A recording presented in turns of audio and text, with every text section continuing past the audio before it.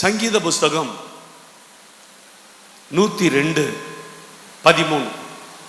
தேவரீர் எழுந்தருளி சீயோனுக்கு இறங்குவீர். அதற்கு தயை செய்யும் காலமும், அந்த சீயோனில் இருக்கிற ஜனங்களுக்கு தயை செய்யும் காலமும், அதற்காக குறிக்கப்பட்ட நேரமும் வந்தது. அல்லேலூயா. தேவனுடைய பிள்ளைகளே, இந்த சங்கீத புஸ்தகத்தில் வேதனைகளை, துயரங்களை, பாடுகளை, உபத்திரவங்களை அனுபவித்த அந்த மனிதன், என்னுடைய வாழ்க்கையில ஒரு மாற்றம் வராதா, ஒரு அற்புதம் நடக்காதா, என்னை ஆசீர்வதிக்கிற ஒரு காலம் வராதா, நான் எதிர்பார்க்கிறது நடக்காதா, என் வாழ்க்கையில் இருக்கிற இருள் மாறாதா, என்னுடைய துயரங்கள் மாறாதா, என் கண்ணீர் துடைக்கப்படாதா என்று ஏங்குகிற நேரத்தில் இப்படிப்பட்ட ஒரு அருமையான வார்த்தை, விசுவாசமுள்ள வார்த்தையை அவர் சொல்லுகிறதை பார்க்கிறோம். என்ன வார்த்தை? கர்த்தர் தம்முடைய ஜனங்களுக்கு இரக்கம் செய்கிற காலம் வந்துவிட்டது. கர்த்தர் தம்முடைய ஜனங்களை ஆசீர்வதிப்பதற்காக அவர் குறித்த நேரம் வந்துவிட்டது. நீங்களும் நானும் எதிர்பார்த்த அந்த காலங்களை கர்த்தர் நமக்கு இப்பொழுது கொண்டு வந்து விட்டார். ஒரு அல்லே சொல்லுங்களேன், சத்தமா சொல்லுங்க, சத்தமா சொல்லுங்க. இது நடக்காதா? எனக்கு ஒரு அற்புத சுகத்தை கர்த்தர் கொடுக்க மாட்டாரா? என் பிள்ளைகளுக்கு ஒரு ஆசீர்வாதம் வராதா? எத்தனை காலங்கள், எத்தனை மாதங்கள் அழுத நாட்கள் உண்டு. இந்த சங்கீதக்காரன் அப்படிதான் பல ஆண்டுகள் அழுதிருக்கிறார். அவர் ஒரு 4 காரியத்தை சொல்றார். ஒரு 4 காரியம். அதுல முதலாவது காரியம் சங்கீதம் 102 4வது வசனம். என் இருதயம் புல்லை போல வெட்டுண்டு உலர்ந்தது, என்னுடைய போஜனத்தை புசிக்க மறந்து விட்டேன். எல்லாம் கவனிங்க, என்னுடைய வாழ்க்கையில, என் சரீரத்துல இப்பொழுது பலனே இல்லை. அநேக நேரங்கள்ல உணவு உட்கொள்ளுவதை மறந்து விட்டேன். முதல் காரியம், என் உடம்புல பலன் இல்லை. அதற்கு காரணம் அநேக நேரம் இந்த துயரம், வேதனை, போராட்டம், சில நஷ்டங்கள், சில தோல்விகளினாலே சாப்பிட முடியவில்லை. சாப்பாடு மறந்தேன் என்கிறத விட என்னால சாப்பிட முடியல, என்னால உணவு உட்கொள்ள முடியவில்லை. முதல் காரியம், என் உடம்புல பலன் இல்லை, எனக்கு சாப்பிடவே முடியல.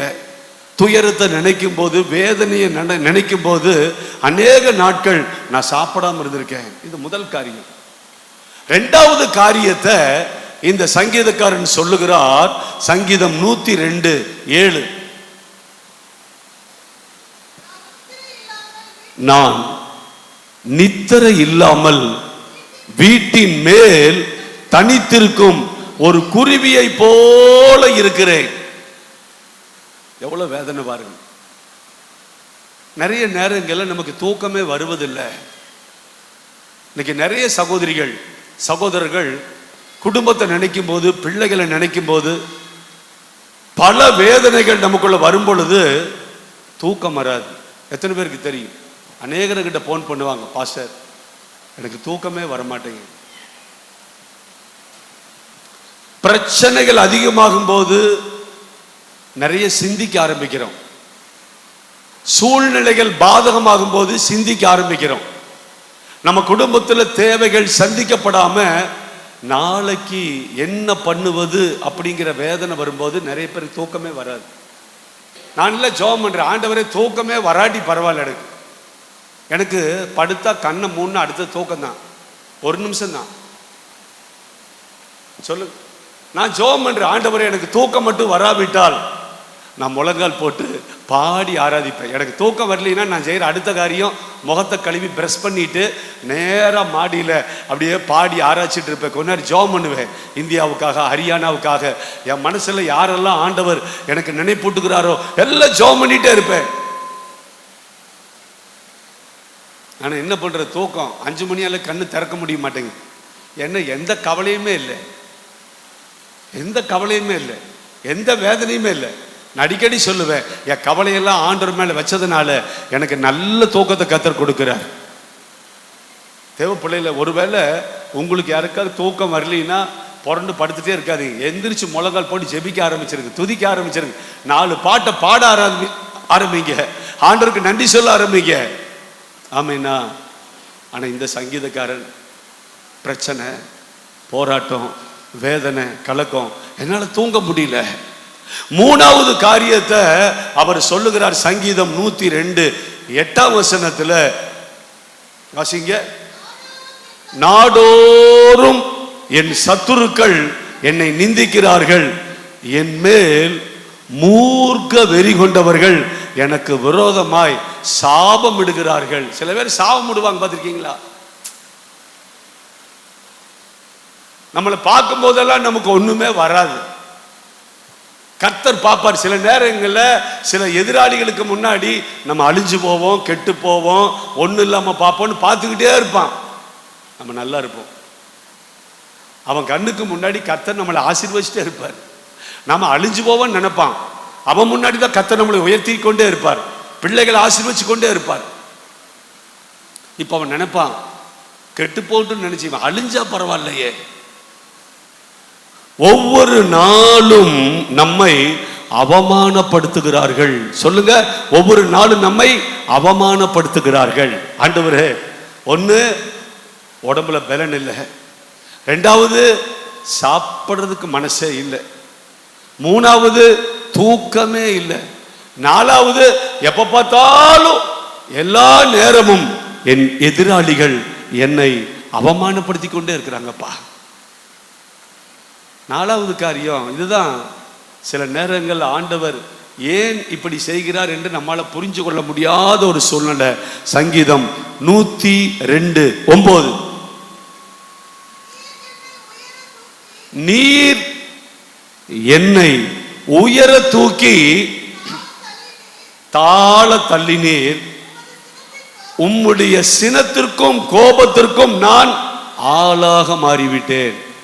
என்ன பண்றாரா? தூக்கி எடுத்து தூரமா எரிந்து விட்டீர்.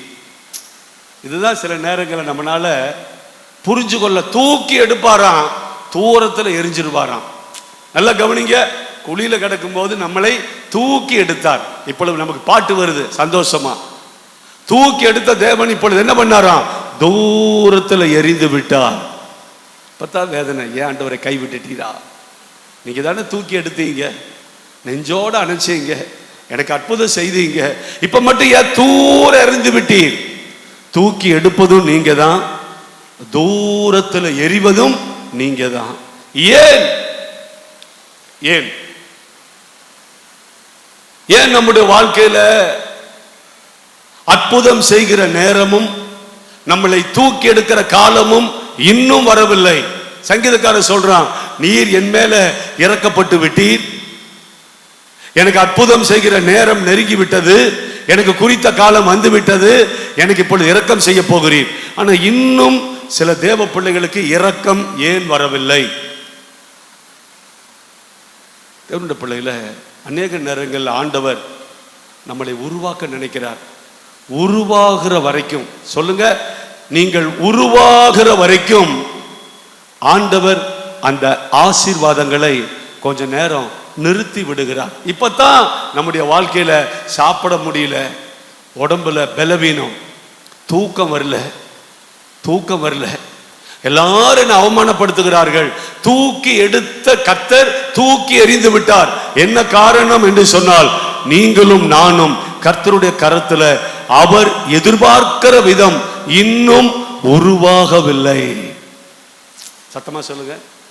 அவர் எதிர்பார்க்கிற அளவுக்கு. முத வேலைக்கு சம்பளம் சேரும்போது, சம்பளம் இங்க வருப்பா, உனக்கு ஒரு 10,000 தான் கொடுப்போம், ஒரு 8,000 தான் கொடுப்போம். காரணம் என்ன? நீ வா, நீ நல்ல தொழிலை செய், உன்னுடைய ஒழுங்கு, கடின உழைப்பு, உன்னுடைய நல்ல திறமை, இதையெல்லாம் பார்த்து தான் உனக்கு என்ன பண்ணுவேன், சம்பளத்தை கூட்டி கொடுப்பேன். அப்போ ஒரு முதலாளி நம்முடைய சின்சியாரிட்டி, பங்க்சுவாலிட்டி, கீழ்ப்படிதல் எல்லாத்தையும் பார்க்கும்போது அவரே சொல்லுவாரு, அடுத்த மாசத்துலேருந்து நான் உனக்கு என்ன பண்றேன், சம்பளம் உயர்த்தி கொடுக்குறேன்ப்பா, உன் வேலை எனக்கு ரொம்ப பிடிச்சிச்சு. ஒரு உலக மனுஷனே அப்படி சொல்லும் போது தேவன் என்ன பண்ணுகிறார்னா, நீங்களும் நானும் ஆண்டவருக்கு பிரியமாய் உருவாகுகிற வரைக்கும் அந்த ஆசீர்வாதத்தை வச்சிருக்கிறார், தடுத்து நிப்பாட்டுறார். இந்த சூழ்நிலையில தான் நமக்கு சாப்பிட முடியல, பலன் இல்லை, தூக்கம் வரல, அவமானம். தூக்கி எரிஞ்சிட்டீங்களா ஆண்டவரே, நீங்க தானே தூக்கி எடுத்தீங்க, இப்ப தூக்கி எரிஞ்சிட்டீங்களா என்று கேட்கிற அளவுக்கு சில நேரங்களில் கைவிடப்பட்ட ஒரு நிலைமை. இப்ப வேதம் சொல்லுகிறது, ஏசாயா தீர்க்க தரிசன புத்தகம் 64 அதிகாரம் 8, 9, 10. கர்த்தாவே, நீர் எங்களுடைய பிதா, நாங்கள் களிமண், நீர் எங்களை உருவாக்குகிறவர், நாங்கள் அனைவரும் உம்முடைய கரத்தின் கிரியைகளை போல் இருக்கிறோம். ஆமென். மிக அருமையான வார்த்தை. எங்களை உருவாக்குகிறீர். தேவனுடைய பிள்ளைகளை, நீர் எங்களுடைய தேவன், நாங்கள் எல்லாரும் களிமண். சொல்லுங்க, நாங்கள் எல்லாரும் இன்னைக்கு வரைக்கும் இல்லை, சாகிற வரைக்கும் ஆண்டவருடைய சமூகத்தில் நம்மளுக்கு ஆண்டவர் கற்றுக் கொடுக்க விரும்புகிறார். ஒரு எல்லை சொல்லுங்க. இன்னைக்கு நான் சொல்றேன், ஆண்டவரே, நாங்கள் உம்முடைய பார்வையில களிமண்ணை போல இருக்கிறோம், நீர் எங்களுடைய பிதா, எங்களை உருவாக்குங்க. சில நேரத்தில் இந்த குயவர் களிமண்ணை மிதிப்பாங்க. நல்ல ஒரு பாத்திரமாக உருவாக வேண்டுமானால் இந்த குயவனுடைய காலின் கீழே களிமண் நல்ல மிதிக்கப்பட வேண்டும். மிதிக்க மிதிக்க சில கற்கள் அவன் எடுத்து வெளியேறிவான், சில குச்சிகள், சில ஆகாத பொருட்கள் எல்லாம் அவனுடைய காலின் கீழே இருந்து வெளியே எடுத்து போடப்படும். எந்த அளவுக்கு இந்த குயவர் களிமண்ணை மிதிக்கிறாரோ அந்த அளவுக்கு அது பாத்திரத்தை செய்வதற்கு அந்த மண் தன்னை வளைந்து கொடுக்கும், வளைந்து கொடுக்கும், உருவாவதற்கு ஏதுவாக வளைந்து கொடுக்கும். நீங்க பாத்திரம் செய்யும்போது பார்த்தீங்கன்னா கையை அப்படித்தான் வைப்பாரு, அப்படி கையை கோடு போட்டாருன்னா அழகா அழகா அது வளைஞ்சு வளைஞ்சு கொடுக்கும். காரணம் என்ன? எந்த அளவுக்கு அந்த மண் பிசையப்படுகிறதோ, மிதிக்கப்படுகிறதோ அந்த அளவுக்கு அருமையான பாத்திரமாய் உருவாகும். ஆமென். அல்லேலூயாவா. நீர் எங்களுடைய தகப்பன், நாங்கள்லாம் யாரு? களிமண். நீர் எங்களை உருவாக்குகிறீர். ஆண்டவரே, உம்முடைய கரம் நாங்க தவறு பண்ணும்போது, தப்பு செய்யும் போது, வழிமாறி போகும்போது, ஜெபிக்காம இருக்கும்போது, துதிக்காம இருக்கும்போது எங்களது வேதனைப்படுத்துகிறது. ஒரு 4 வருஷத்துக்கு முன்னாடி ஒரு அம்மா வந்துச்சு, செய்வனை கட்டினாலே பாதிக்கப்பட்டு கண்ணீரோட ஜெபம் பண்ணோம். அந்த செய்வனை கட்டு அந்த மகளை விட்டு வெளியே போயிருச்சு. கணவன், மனைவி, 2 பிள்ளைகள், குண்டலப்பட்டி. திடீர்னு பார்த்தீங்கன்னா சுகமானதுக்கு அப்புறம் அந்த அம்மா அதுக்கப்புறம் சர்ச்சுக்கே வரல, வேற சபைக்கு. பாஸ்டர், நாங்கள் அங்கேயே போறோம். சரி, அங்கேயே போறோம். திடீர்னு பார்த்தா இன்னைக்கு அவங்க சர்ச்சுக்குள்ள வந்தாங்க. இது எங்கேயோ பார்த்த முகமா இருக்கேன்னு பார்த்தேன், நான் மறந்துட்டேன். அந்த அம்மாவை என்னப்பா சிரிச்சிச்சு, நான் மறந்துட்டேன். அப்புறம் கொஞ்சம் கஸ் பண்ணேன், இது எங்கேயோ பார்த்த மாதிரி இருக்கே. அப்போதான் ஞாபகத்துக்கு வந்தது, ஒரு 5 வருஷத்துக்கு முன்னாடி செய்வன கட்டிலேருந்து விடுதலை ஆகி போன குண்டலப்பட்டி சகோதரி. சொல்லுங்க, குண்டலப்பட்டி. பாஸ்டர் நல்லா இருக்கீங்களா? ரொம்ப நாள் பார்க்க முடியாது, வேற சபைக்கு போயிட்டேன் பாஸ். இப்போ தான் வந்திருக்கீங்க சிஸ்டர். மறுபடியும் அந்த பிசாசு வந்துருச்சு பாஸ். மறுபடியும் அந்த பிசாசு என்ன பண்ணீங்க? அது விடுதலை கூட்டம் அங்கேயும் இங்கேயும் என்ன பாஸ் அங்கேயும் கூட்டிகிட்டு போனாருங்களா, பயந்துட்டேன் பாஸ். என் மனைவி சொன்ன, அபிஷேகம் இருந்தா அந்த ஆவி உள்ளே வராதே. சரி, ஜோம் பண்ணலாம். ஜோம் பண்ண பாருங்க, மதியானம் அப்பா பயங்கர போராட்டம். ஒரு 4 பேர் இந்த அம்மாவை பிடிக்கணும், கீழே விழுந்து பிறண்டு உருண்டு இவளை கொல்லாம விட மாட்டேன். நான் சொன்னேன், உன்னை முடுக்காம நான் போக மாட்டேன். கடைசியில் இந்த ஆவி அந்த அம்மாவை விட்டு வெளியே போய் அந்த அம்மா பாச தோத்துறோம், இனி இங்கேயே வர்றேன் பாச, வாங்க வாங்க. ஆமைண்ணா, உங்களுடைய ஜெப குறைவு, உங்களுடைய வேத தியான குறைவு. வரும்போது என் மனைவி கிட்ட ஃபோன் பண்ணுறதுக்கு அந்த அம்மா பேசு. அப்போது பாசமாக சொன்னாங்க, உங்கள் ஜெபம் குறைவு, உங்கள் வேத தியானம் குறைவு, நீங்கள் உபவாசத்தில் குறைவு. ஒருவேளை ஆண்டவர் எதிர்பார்க்கிற நல்ல காரியங்கள் உங்களிடத்தில் இல்லாமல் இருந்தாலும் பிசாசு உள்ள வந்துடுவான். நல்ல கவனிங்க. அநேக நேரங்களில் ஏன் நம்ம தூக்கி எறியப்படுகிறோம் என்றால், அவர் உருவாக்கப்படுவதற்கு, அவரால் உருவாக்கப்படுவதற்கு நீங்கள் உங்களை கொடுக்கவில்லை. அதுதான் பிரச்சனை. அல்லேலூயாவா? சத்தமா சொல்லுங்க. நம்முடைய வாழ்க்கை எப்படி இருக்கிறது?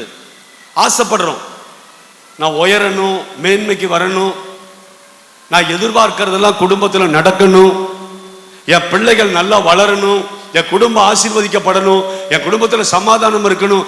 ரொம்ப பிரயாசப்படுறோம், ஜெபிக்கிறோம், ஆனால் இது எதுவுமே நம்ம வாழ்க்கையில் நடக்கிறது கிடையாது. அதைத்தான் ஏசாயா 51:1, நீதியை பின்பற்றி கர்த்தரை தேடுகிற நீங்கள், நல்ல கவனி, நல்லா கஷ்டப்படுறோம், இரவும் பகலும் கடினமா உழைக்கிறோம், எப்படியாவது ஆண்டவர்களை ஆசீர்வதிக்கணும்னு நினைக்கிறோம், நாம நினைக்கிறதெல்லாம் நடக்கணும்னு நினைக்கிறோம், பிரயாசப்படுகிறோம், ஆனா எதுவுமே நம்முடைய வாழ்க்கையில நடக்கிறது கிடையாது, நடக்கிறது கிடையாது. அதுதான் அந்த வசனம். அதுக்கு அர்த்தம் என்ன? முன்னேறணும்னு நினைக்கிறீங்க, நல்லா இருக்கணும்னு நினைக்கிறீங்க, இரவும் பகலும் உழைக்கிறீங்க, என் குடும்பம் நிம்மதியா இருக்குன்னு நினைக்கிறீங்க, பிள்ளைகள் நல்லா இருக்குன்னு நினைக்கிறீங்க, ஆனா எதுவுமே நடக்கிறது இல்லை. அது கீழே 2வது வசனத்தில் ஆண்டவர் சொல்றாரு, ஆபிரகாமை நோக்கிப்பார், சாராளை நோக்கிப்பார். சத்தமா சொல்லுங்க. ஆபிரகாமை நோக்கிப்பார், சாராளை நோக்கிப்பார். அவன் ஒருவனாய் இருக்கும் பொழுது அவனை அழைத்து, அவனை ஆசீர்வதித்து, அவனை பெருக பண்ணினேன். சொல்லுங்க. ஒருவனாய் இருக்கும் போது, தான் போகிற இடம் என்னதென்று அறியாமல் புறப்பட்டு போன பொழுது அவனை அழைத்த கர்த்தர் அவனை ஆசீர்வதித்து பலுகி பெருகும்படி செய்தார். ஒரு எல்லை சொல்லுங்களேன், சத்தம் ஒரு எல்லை சொல்லுங்க. அப்ப கீழே 3வது வசனத்துல, அதே போல உங்களுடைய வனாந்தரத்தை மாற்றுவேன், உங்களுக்கு அற்புதம் செய்வேன், ஆறுதல் செய்வேன், உங்களுடைய வனாந்தரத்தை ஏதேன் தோட்டத்தை போல மாற்றுவேன், நீங்கள் சந்தோஷப்படுவீர்கள், ஆண்டவருக்கு நன்றி சொல்லி துதித்து பாடுவீர்கள். ஆமென். இது ஏசாயா 51 சொல்றாரு. உங்களுக்கு பலுகி பெருகணும்னு ஆசை, நல்லா இருக்கணும்னு ஆசை, மற்ற குடும்பத்தை விட மேன்மையா இருக்கணும்னு ஆசை, எல்லாருக்கும் மத்தியில நீங்க செழிப்பா இருக்கணும்னு ஆசைப்படுறீங்க, நல்லதுதான். அதற்கு நீங்க செய்ய வேண்டியது, ஆபிரகாமை நோக்கிப்பார், சாராளை நோக்கிப்பார். ஒருவனாய் இருக்கும்போது நான் அவர்களை அழைத்து ஆசீர்வதித்து பெருக பண்ணினேன். அப்படியே உங்க வாழ்க்கை மட்டும் வனாந்தரம் மாதிரி இருக்கிறது? உங்க வாழ்க்கையில மட்டும் ஏன் பாலைவனம் மாதிரி இருக்கிறது? பாலைவனம், ஒண்ணுமே நடக்கல. இப்ப நான் சொல்றேன், ஆபிரகாமையும் சாராளையும் எப்படி நான் ஆசீர்வதித்தேனோ அதே வழியில தான் உங்களையும் நான் ஆசீர்வதிக்க போறேன். அதே போலதான் உங்களையும் நான் பலுகி பெருக பண்ண போகிறேன். இப்பொழுது உங்க வாழ்க்கை எப்படி இருக்கிறது? ஒரு வனாந்தரம். இப்பொழுது வாழ்க்கை எப்படி இருக்கிறது? ஒரு வனாந்தரம். இப்பொழுது உங்க வாழ்க்கை எப்படி இருக்கிறது? ஒரு பாலைவனம். யாராவது பாலைவனத்தை நேசிப்பாங்களா? வனாந்தரத்தை நேசிப்பாங்களா? இல்ல. அதை கர்த்தருடைய தோட்டத்தை போல, வயல்வெளியை போல செழிப்பாக நான் மாற்ற போறேன். உன் வனாந்தரம் வயல்வெளியாய் மாறும் பொழுது உன் உள்ளத்தில் என்ன பண்ணும்? சந்தோஷம் வரும். இப்பொழுது ஆடல் பாடலோட கர்த்தரை துதித்து பாடுவீர்கள். உன் உள்ளத்துல நீ எதிர்பார்த்த சந்தோஷத்தை கொடுப்பேன், நீங்கள் எதிர்பார்த்த சமாதானத்தை கொடுப்பேன், நீங்க எதிர்பார்க்கிற நிம்மதியை கொடுப்பேன், நீங்கள் எதிர்பார்க்கிற விடுதலையை கொடுப்பேன். எப்பொழுது? உங்கள் வனாந்தரம் மாறும் பொழுது. எப்ப மாறும்? ஆபிரகாமையும் சாராளையும் நான் அழைத்து ஆசீர்வதித்து பெருக பண்ணினேனே, அதை பார். அப்படின்னு என்ன அர்த்தம் அப்படின்னா, ஆபிரகாமும் சாராளும் எந்த மனுஷனுக்கும் பயப்படலை. உன் ஜனத்தை விட்டு, இனத்தை விட்டு, தேசத்தை விட்டு நான் காண்பிக்கிற தேசத்துக்கு வா என்று சொன்ன பொழுது உடனே கீழ்ப்படிந்தார்கள், உடனே புறப்பட்டார்கள். எங்க அப்பா என்ன நினைப்பாரு, எங்க அம்மா என்ன நினைப்பாங்க, சொந்த பந்தம் என்ன நினைக்கும், ஜாதி ஜனம் என்ன நினைக்கும், நாங்க வேலை செய்யற இடத்துல எல்லாம் என்ன நினைப்பாங்க, ஊர்க்காரரெல்லாம் என்ன நினைப்பாங்க அப்படின்னு மனுஷனுக்கு அவன் பயப்படலை. நல்லா கவனிங்க. ஏன் ஆண்டவர் நோக்கி பார்க்கிறாரு? அவன் யாருக்குமே பயப்படல. நான் அழைத்த உடனே என்னை பின்பற்றி வந்தான். அதைத்தான் ஏசாயா 51:12-13 சொல்றார். 12:13 நான் நானே நீங்கள் விரும்புகிறபடி உங்களை ஆசீர்வதிக்கிற தெய்வம். ஒரு எல்லை சொல்லுங்க. நான் நானே நீங்கள் விரும்புகிறபடி உங்களை ஆசீர்வதிக்கிற தெய்வம். சாக போகிற மனுஷனுக்கும் புல்லுக்கு ஒப்பா இருக்கிற மனுபுத்திரனுக்கும் பயப்படாதே. அவங்க என்ன நினைப்பாங்க, இவங்க என்ன நினைப்பாங்க, ஊர்க்காரர் என்ன நினைப்பாங்க, எங்க ஊர் ஜனங்கள் என்ன நினைப்பாங்க, பயப்படாதீங்க. ஒரு எல்லையை சொல்லுங்களேன், சத்தமா சொல்லுங்க.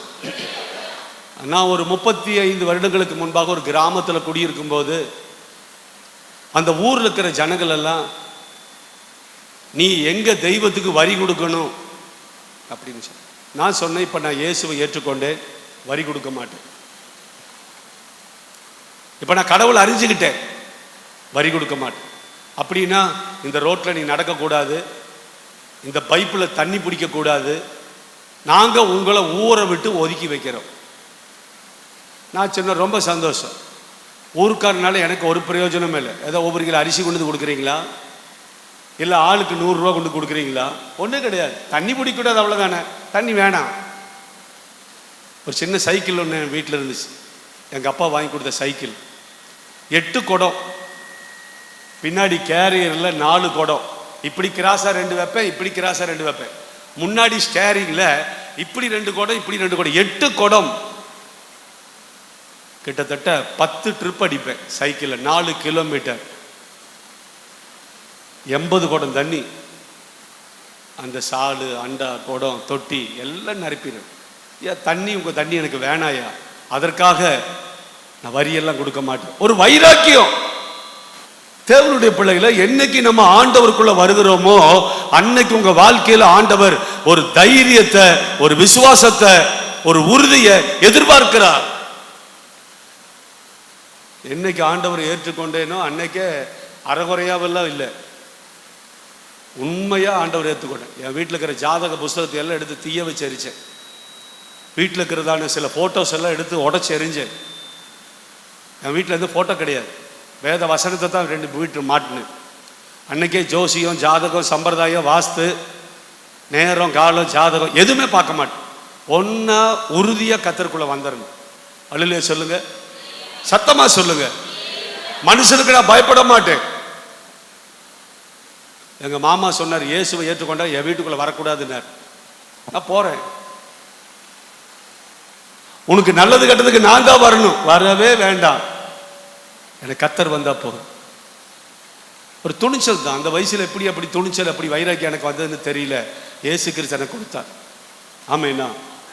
வேதம் சொல்லுகிறது, நான் நானே நீங்கள் விரும்புகிறபடி உனக்கு அற்புதம் செய்கிற கர்த்தர். சாக போற மனுஷனுக்கும் புல்லுக்கு ஒப்பா இருக்கிற மனுபுத்திரனுக்கும் நீ பயப்படாதே.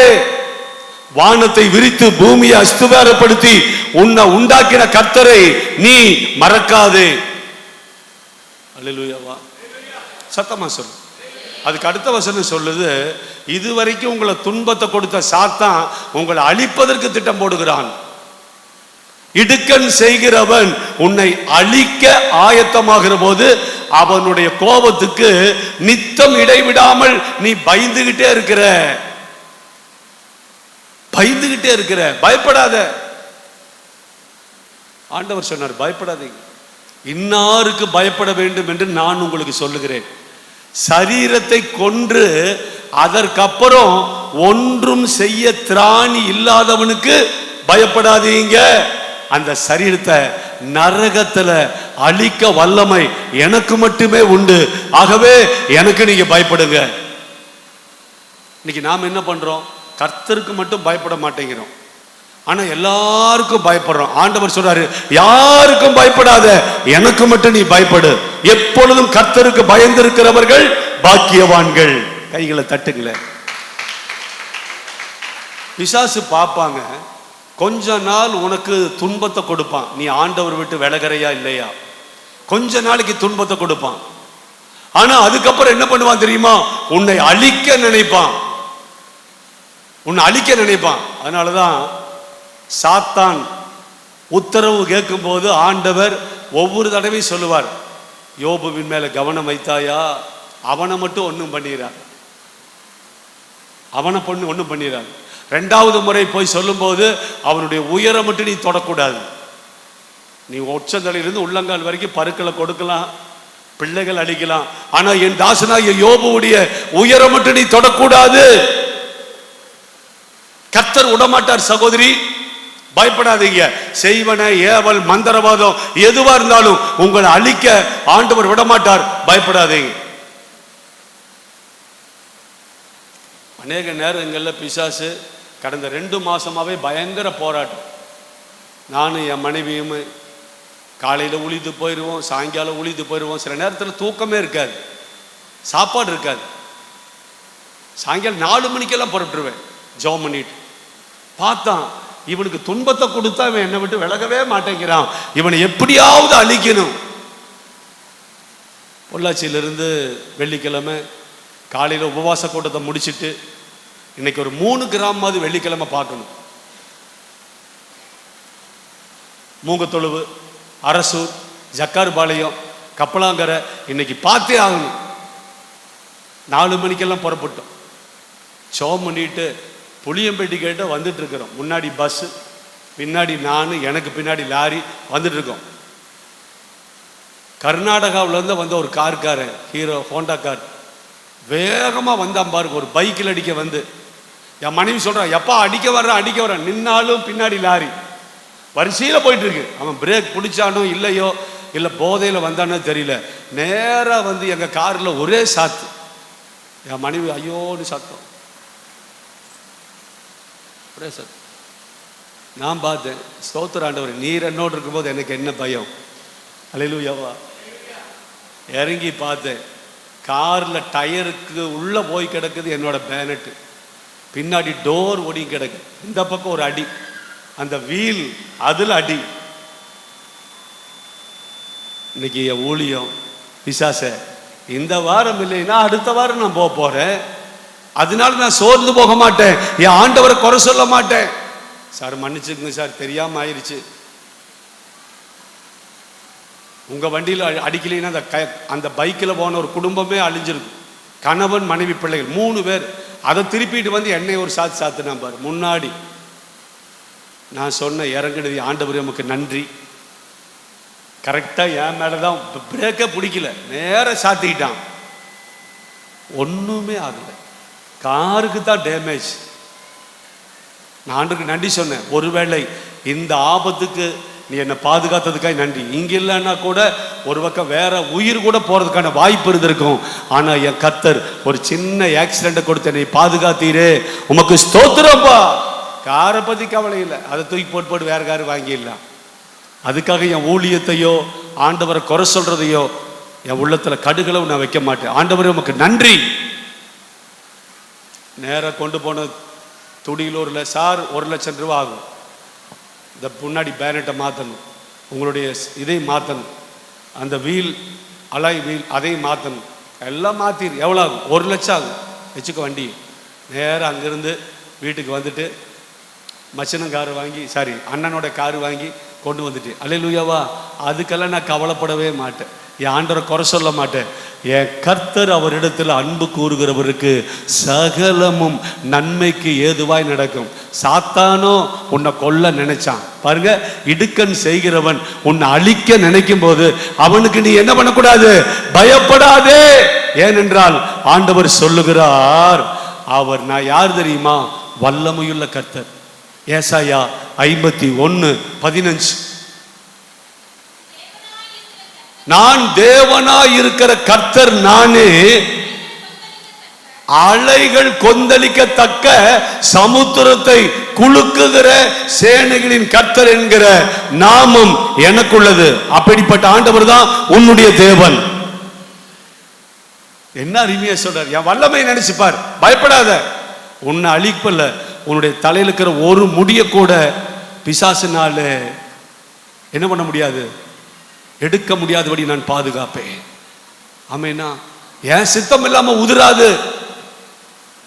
முதலாவது நீங்க அறிஞ்சு கொள்றது, நான் வல்லமையுள்ள தேவன், உன்னுடைய தேவன்.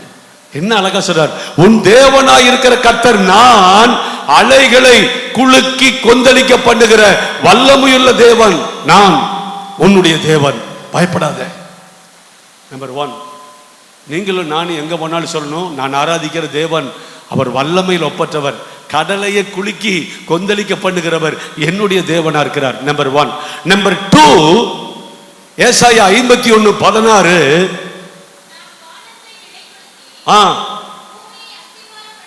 என் ஜனங்களை நோக்கி நீ என்னுடைய ஜனம் என்று சொல்லுவதற்காக என் வார்த்தைகளை உன் வாயிலே வைத்து என் கரத்தினாலே உன்னை மூடி பாதுகாப்பேன். என் பிள்ளைக்கு ஒரு கேடு வராதியா? சொல்லுங்க, ஆக்சிடென்ட் ஆகும், கப்பல் சேதம் வரும், ஆனா உயிர் சேதம் வராது. பவுலே தைரியமா இருக்கு. நீ புறப்பட்டு போகிற கப்பல் சேதம் அடையும், ஆனா உனக்கு என்ன வராது? உயிர் சேதம் வராது. இன்ன வரைக்கும் கர்த்தர் அப்படிதான் பாதுகாக்கிறார். ஒரு நாள் இரவு ஒரு சாயங்காலம் 6 மணிக்கு ஒரு பிசாசை துரத்திட்டு இருக்கிறேன்.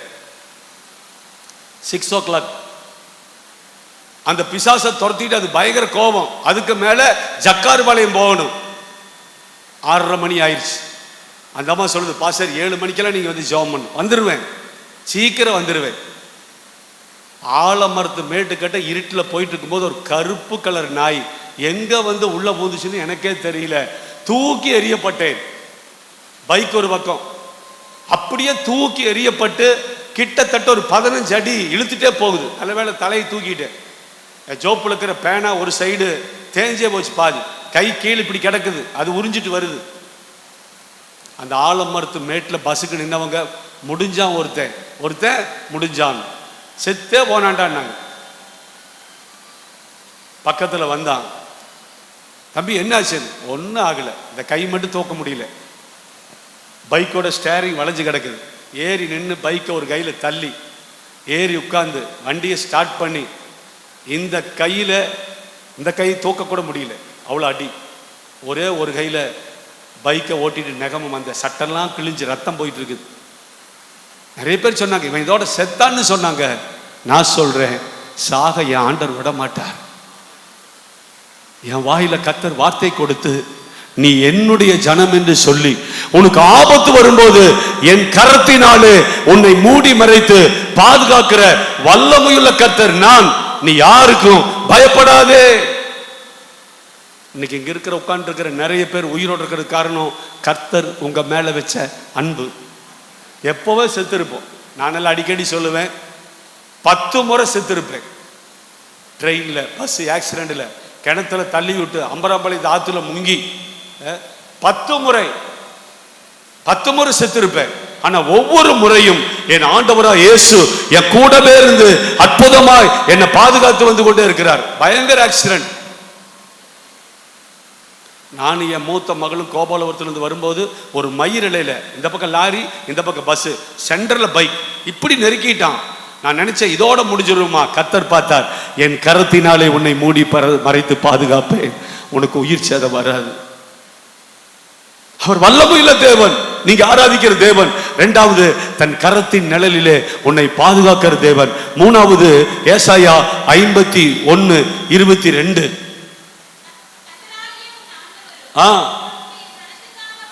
உனக்காக அவர் யுத்தம் செய்வார். ஏன் தெரியுமா? 23வது வசனத்துல உன்னை குனிய வைத்து அது மேலே ஏறி நடக்கிற உன்னை ரோடாக நினைக்கிற. நல்லா கவனி. சில பேரு உன்னை குமிய வச்சு மேலே நடக்க ஆசைப்படுவான். சொல்லுங்க அந்த வசனம் பாருங்க. உன்னை நோக்கி நாங்கள் கடந்து போகும்படிக்கு நீ குனி என்று சொல்லி என் மேல கடந்து போகிறவர்களுக்கு நீ உன் முதுகை தரையும் வீதியுமாக்கும்படி உன்னை சஞ்சலப்படுத்தினவர்கள். உலக மனுஷன் எப்படி தெரியுமா இருக்கான்? உன்னை ரோடு மாதிரி நீ குமிப்பா, உன் மேல ஏறி நடக்கணும். நீ யாரு? நீ ரோடு, நீ குமி, உன் மேல நடக்கணும் என்று சொல்லி உன்னை வேதனைப்படுத்துறவர்கள் மத்தியில நான் என்ன பண்ணுவேன்? உனக்காக யுத்தம் செய்து அவனுக்கு அழிவை கொண்டு வருவேன். பயப்படாதீங்க. ஊர்ல வேலை செய்யற இடத்துல, உலகத்துல ஏவன் உனக்கு விரோதமா எழும்பினாலும் காணாம போயிடுவான். உங்களை குமிய வச்சு மேலே ஏறி மிதிக்க நினைக்கிறவன், உன்னை வேதனைப்படுத்தினவன அவர் என்ன செய்வார் தெரியுமா? உங்களுக்காக யுத்தம் செய்து அவனுக்கு அழிவை நான் கொண்டு வருவேன். அதுதான் வேதத்தை சொல்றார். உன்னோடு போராடினவர்களை தேடியும் அவன் கண்ணுக்கே சேர்க்க மாட்டான். அவன் இல் பொருளாய் அவனை ஆண்டவர் என்ன பண்ணுவார்? அழித்து போடுவார் என்று சொல்லுகிறார். பயப்படுறீங்களோ? பயப்படாதீங்க. மனுஷனுக்கு பயப்படாதீங்க. ஆபிரகாமை நோக்கி பாருங்க. அவன் ஒருவனா இருக்கும்போது அவனை அழைத்து அவனை ஆசீர்வதித்து அவனை பெருக பண்ணினேன். அவன் யாருக்கும் பயப்படல. மனுஷனுக்கு பயப்படாதீங்க. நீங்க பயப்படாதீங்க. உன்னோடு இருக்கிறவர் யார் தெரியுமா? வல்லமையுள்ள தேவன். உன்னை பாதுகாக்கிறது யார் தெரியுமா? என் கருத்துல பாதுகாப்பேன். நீ பயப்படாத, உனக்காக நான் யுத்தம் பண்ணுவேன். உன்னோடு போராடினவரை நான் அழிப்பேன். நீ பயப்படாத, உன்னை ஆசீர்வதிக்கிறதுக்கு நான் உன்னோடு இருக்கிறேன். ஒரு சொல்லுமா? ஏசாயா 32:15. உன்னதத்திலிருந்து நம்ம மேல பரிசுத்த ஆவியானவர் இறங்குற வரைக்கும் நம்முடைய வாழ்க்கை எப்படி இருக்கும்? வனாந்தரமாய் இருக்கும். சொல்லுங்க. இன்னைக்கு நிறைய பேர் பரிசுத்த ஆவியானவரால் நடத்தப்படல. பரிசுத்த ஆவியானவர் நடத்தப்பட்டால், அவரால் நடத்தப்பட்டால் நம்முடைய வனாந்தர வாழ்க்கை மாறிடும். நான் இன்னைக்கு சொல்லுவேன், ஒரு காரியத்தை செய்யறதுக்கு முன்னாடி ஆவியானவரே நீங்க சொல்லுங்க, செய்யலாமா வேண்டாமா? இந்த வாகனத்தை வாங்கலாமா வேண்டாமா? இந்த இடத்த வாங்கலாமா வேண்டாமா? இந்த வேலையை செய்யிட்டா இல்லை லேட்டா செய்யிட்டா? ஆவியானவரோட நான் என்ன பண்ணுவேன்னா, சில நேரங்கள் உட்கார்ந்து ஜெபம் பண்ணும்போது என் காதில் ஒரு மெல்லிய சத்தம், இல்லாவிட்டால் வேதத்திலிருந்து, இல்லாட்டி சொப்பனத்தில், தரிசனத்தில் என் கூட பேசுவார். செய் அது செய்யாதே, போ அது போகாதே. நீங்க நினைக்கிறீங்களா? ஊழியத்துக்கு போகும்போது கூட அநேக நேரங்களில் நான் ஆண்டவர்கிட்ட கேட்பேன், இந்த ஊருக்கு போறதா வேண்டாமா? சில நேரங்கள் ஆண்டவர் சொல்ல, இங்கே வேண்டாம், இங்கே போ. அங்கே போனோம்னா அங்கே தான் பிரச்சனை இருக்கு. பாஸ்டர் உங்களுக்கு ஃபோன் பண்ணலான்னு நினைச்சேன், பாஸ்டர் வருவாரா வரமாட்டாரான்னு நினைச்சேன், அவர் வந்தால் பரவாயில்லையே நினைச்சேன். நீங்கள் எப்படி பாஸ்டர் வந்தீங்க? பரிசுத்த ஆவியானவர் நம்ம மேலே இருந்தாருன்னா, நல்லா கவனிங்க, அருமையாக நம்மளை நடத்துவார். வலதுபுற சாய விட மாட்டார், இடதுபுற சாய விட மாட்டார். வழி இதுதான் சொல்லி அவர் நித்தியமான பாதையில நம்மை நடத்துவார். அப்போ உன்னதத்திலிருந்து அந்த பரிசுத்த ஆவியானவர் நம்ம மேல இறங்குற வரைக்கும் நம்முடைய வாழ்க்கை வனாந்தரமா மாறும். இறங்கிட்டாருன்னா ஒரு 3 காரியம். முதல் காரியம், உங்கள் ஆண்டவர் வேறு பிரித்து நீங்கள் வித்தியாசமாய் வாழ வேண்டும் என்று விரும்புகிறார். வாசி, லேவியராகமம் 20:24. நீங்கள் அவர்கள் தேசத்தை சுதந்தரிப்பீர்கள் என்று உங்களோடு சொன்னேன். பாலும் தேனும் ஓடுகிற அந்த தேசத்தை உங்களுக்கு சுதந்திரமாக கொடுப்பேன். உங்களை மற்ற ஜனங்களை விட்டு நான் பிரித்தெடுத்து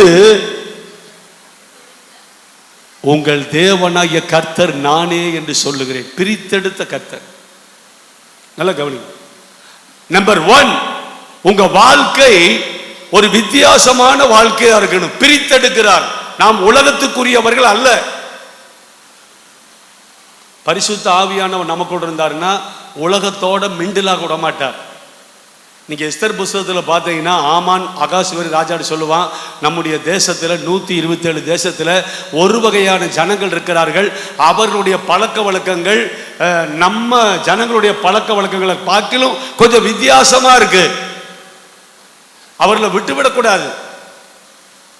ஒரு வித்தியாசத்தை உங்க வாழ்க்கையில் அவர்கள் பார்க்கணும். அவங்க நேரம் பார்ப்பாங்க, ஜாதகம் பார்ப்பாங்க, தோஷையும் பார்ப்பாங்க, வாஸ்து பார்ப்பாங்க. அவங்கள போல நாமளும் இருக்கக்கூடாது. அன்பு சகோதரனே சகோதரியே, அவங்கள பார்த்தா கிறிஸ்தவர்கள் என்று சொல்ல மாட்டார்கள்.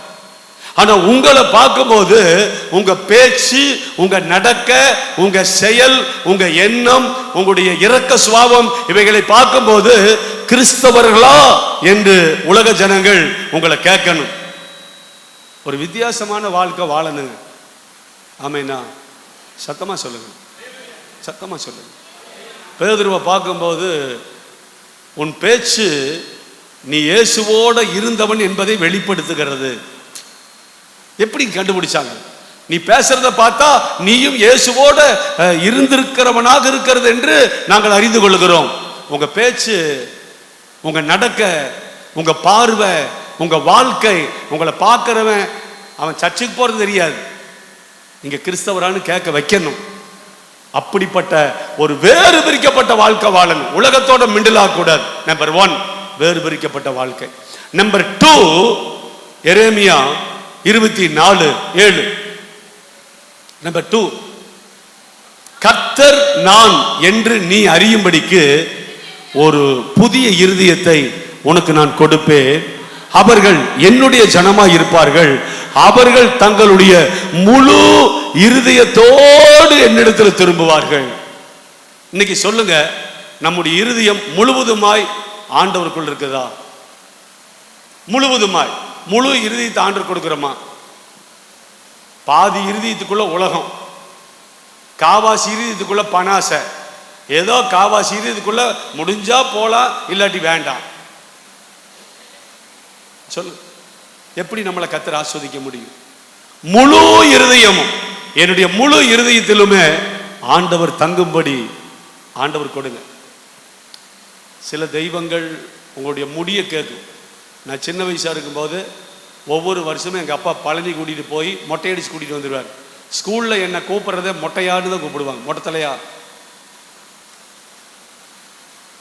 எப்போ எங்கள் அப்பாவுக்கு தோணுதோ அவர் மொட்டை அடிச்சதை நான் பார்த்ததே இல்லை. அடிக்க மாட்டார், ஸ்டைலாக முடி அழகாக வச்சுருப்பார். என்னை கூட்டிகிட்டு போய் இவனை மொட்டை அடிக்கின்றவர். உட்கார வச்சு மண்டையில் தண்ணி தொளிச்சு கொஞ்சம் சுரண்டி உட்கார வச்சுருவாங்க. வெயில் உட்காந்துட்டு இருப்பேன். அப்புறம் சீனியாட்டி பிறகு தான் என்னை விட்டா பார்ட்டி போயிடுவான். வரவனையெல்லாம் ஒரு இழுத்து உட்கார வச்சுருவேன். என்னை சர்றன்னு ஒரு இழுத்துருவான், போய் உட்காராங்க. அப்படி ஒரு 25 மொட்டை போனதுக்கப்புறம் தான் நான் சீனியாட்டியில் வருவேன். உட்கார வச்சு மொட்டை அடித்து மண்டையில் சந்தனத்தை போட்டு நடரா மேலேன்னு கூட்டிகிட்டு போவார். என் பேர் மொட்டையா சொல்ல வேணும் ஸ்கூலில், இந்த மொட்டையை மறாண்டாம. சில தெய்வங்கள் முடிய கேட்கு, சில தெய்வங்கள் தேங்காய் பழம், வாழைப்பழம், பொங்கல், சுண்டல், கொலக்கட்டை. ஆனால் என் தெய்வம் இது எதுவுமே எனக்கு வேணாம்ப்பா, உன் இருதயத்தை மட்டும் எனக்கு கொடுப்பா, உன் இருதயத்தை கொடுங்க. கர்த்தர் உன் இருதயத்தை கேட்கனா, இந்த இருதயத்தில் நான் வந்துட்டேன்னா அந்த இருதயம் நல்ல இருதயமாய் மாறிவிடும். அது இரக்கமுள்ள இருதயம், பரிசுத்தமுள்ள இருதயம், உண்மையான இருதயம், தாழ்மையான இருதயம், கர்த்தருக்கு பயப்படுகிற இருதயமா மாறும். நான் இல்லைன்னா அந்த இருதயத்துக்குள்ள பிசாசு வந்துடுவான். ஒன்று நான் இல்லைன்னா பிசாசு. நல்லா கவனி, உங்க இருதயத்துக்குள்ள கர்த்தர் இல்லைன்னா பிசாசு வந்துடுவான். அவன் தாறுமாறான வாழ்க்கை வாழ செய்வான், கெட்ட பழக்கத்துக்கு அடிமையாக்கிடுவான், மோசமான எண்ணங்களை கொண்டு வருவான். எப்பொழுதுன்னா இந்த இருதயத்துக்குள்ள இயேசு வரும்போது அவன் வர முடியாது. இயேசு இல்லைன்னா இந்த இடம் கூட்டி பெருக்கி சுத்தமாக இருக்கிறதை பார்த்துட்டு தன்னிலும் 7 பொல்லாத ஆவிகளை கூட்டிட்டு வந்து உள்ள குடியிருப்பான். நம்முடைய முந்தைய நிலைமையை பார்க்கலும் பிந்தின நிலைமை மிக மோசமாக இருக்கு. இன்னைக்கு நான் சொல்ற அன்பு பிள்ளைகளை, உங்க இருதயத்தை முழுவதுமாய் ஆண்டவர் கொடுத்துருங்க. ஆண்டவரே என் இருதயத்துக்குள்ள வாங்கப்பா, உங்களை தவிர வேற யாரையும் என் இருதயத்துக்குள்ள நான் அனுமதிக்க மாட்டேன், முழு இருதயத்தோட. நம்பர் 3 சங்கீதம் 11:5. சங்கீதம் 11:5. இதோட முடிக்கிறேன். கர்த்தர் நீதிமானை சோதித்து அறிந்து கொள்ளுகிறார், துன்மார்க்கனையும் கொடுமை செய்ய பிரியமா இருக்கிற மனுஷனையும் ஆண்டவருடைய உள்ளம் வெறுக்கிறது. கொடுமைக்காரன, கொடுமையில பிரியம் உள்ளவன, துன்மார்க்கத்துல வாழ்ற மனுஷனை ஆண்டவருடைய உள்ளம் வெறுக்கிறது. ஆனால் இயேசுவின் ரத்தத்தினாலே கழுவப்பட்டு ஜெபிக்கிற, வேதத்தை வாசிக்கிற, ஆலயத்துக்கு வருகிற உங்களை ஆவியானவர் சோதிக்க விரும்புகிறார். முதல்ல உங்களை உலகத்திலிருந்து வேறு பிரிக்க விரும்புகிறார். ரெண்டாவது, முழு இருதயமும் எனக்கு தான், நான் வாசம் பண்ணணும், உங்களுக்குள்ள உலாவி உங்களுடைய தேவனாய் இருப்பேன், நீர் என்னுடைய ஜனங்கள். ரெண்டாவது. மூணாவது, உங்களை சோதிக்க போறேன். ஆபிரகாமை எப்ப சோதிச்சார் தெரியுங்களா?